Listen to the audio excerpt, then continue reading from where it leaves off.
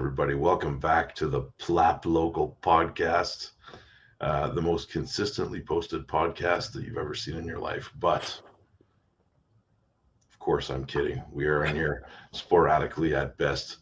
And my guest today is Colin Doyle. And Colin, you are a city councillor, Yes. formerly, do we talk about your former employer at all? Sure. Yeah. Why not? Irwin Flooring. You were there for a long time. Yeah. 8 years. Your last day has come and gone. It has. You are aspiring to be a realtor. Yes, I am.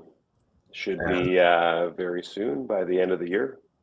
And you have a business called Revive First Aid Training. Correct. And we have the branding already there, so that's awesome. Got to have the swag. So today we're focusing on, right now, we will of course get back together and talk about real estate once everything is gone through and we're good to go. But let's focus on Revive First Aid Training. You just, let's tell me a little bit about that and tell me how this business came to be. Well, first of all, thanks for having me today, Ryan. I appreciate it. The business was kind of born of the need. Well, I'll tell you, I was sitting in a first aid class in Winnipeg for myself. And I remember scheduling it and not being able to find anyone in Portage, Prairie who has classes on the regular. And so my options were Winnipeg or Brandon. And so I found myself sitting in this class in Winnipeg. I won't say where it was, but it was a pretty dry class. And I just thought to myself, what am I doing here? Why do I have to come to Winnipeg or to Brandon just to get this training that almost every employer requires in their workplace? And why am I sitting here falling asleep? Because this particular individual who was training me was just very, very dry. So there was born the idea of Revive First Aid Training. And I came home, I ran it past my wife, and she was very supportive of me, much like everything I do. She's always got my back. And from there, I went and I booked the instructor training, which was a 1-week training. And I finished that and registered a business name, and here we are, Revive First Aid Training, right here in Portage, Prairie. So how many years has Revive been in existence? We are just shy of 2 years. We started in November of 2020. Okay. So what can people expect from, I assume you have different class options, that sort of thing, but what can they expect from you as far as that goes? Yeah, different class options. I've got anything from a 4-hour class to an 8-hour class, and a 2-day class as well. It just depends on what type of training that you require or your company requires.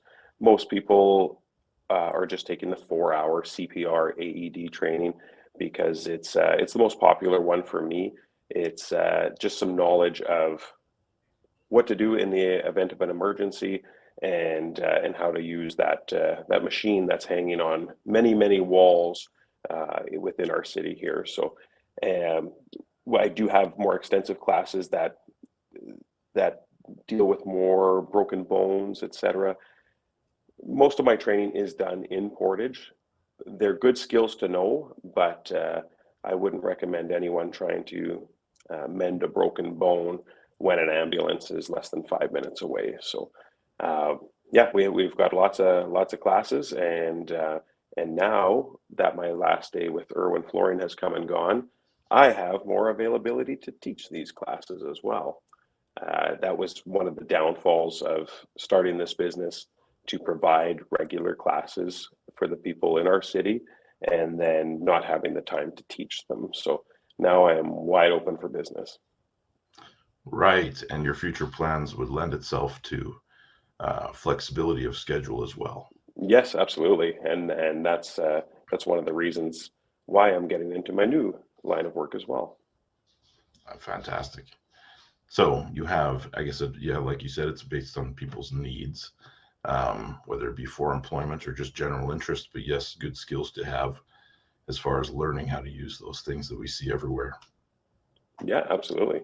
Yeah. Well, let's get to know you a little bit, if you don't mind, Colin, Okay. because Yes. we got to make this interesting. Let's talk a little bit about your history in Portage, Prairie. Okay. Where do you want to go? Back to birth? Back to you were born here in Portage?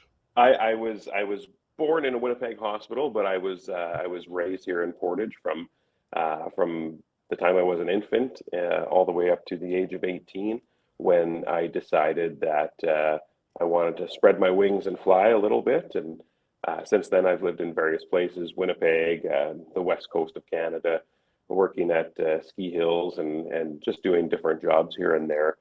But in 2015, I made the decision to move back to Portage, and it's a decision that I'm very happy I made, because since then I've had some good and some bad in my life since then, and I feel like I'm in a very good place in my life right now, and it was all thanks to returning back to Portage. And that's what a lot of people do in our community. Is I, for one, am a firm believer we shouldn't try to make kids stay here, but go out and experience the world and then come back. Correct. I couldn't agree more. And I apologize for my voice. It's coming and going all the time. So so let's talk about your city council run now. I mean, you joined city council. It's been a year. Is that correct? Yeah, just past a year last week. Now, I gotta ask the question. Why did you decide to run for council in the first place? Well, I'll be honest. When I moved back to Portage, it was the same place I remember. However, there didn't seem to be a lot different than when it had been when I left 15 years prior. And so, as a parent of younger children, I just wanted to help make my city the best possible place it could be. Now, it came with its challenges. I had considered running in 2018, and at the time, it just wasn't right for me, and it wouldn't have been responsible for me to try to step into a role like that when I was unable to be fully invested myself. So I had my eyes on 2022, and I ran for the election, and there was a lot of candidates running for city council, as you know, and I was able to squeak in at the very end there, and it's been an eye-opening life changer for me. It's been a wild ride. There is a lot to learn, and now that I have a year under my belt, I feel much better about our meetings, and especially this time of year when budget meetings start to happen, I feel a lot more confident in what I'm actually doing and saying and agreeing or disagreeing with. Yeah, that's a really interesting point, because when the election happens, about 2 weeks later, you're talking about the budget for the next year. Right. So for a new counselor, and let's face it, on this current council, most everybody was a new counselor. Yeah, 4 out of the 6 of us. Yeah, so that was pretty wild to get thrown into. Yeah, absolutely. Yeah, I remember those days. How many years ago was that?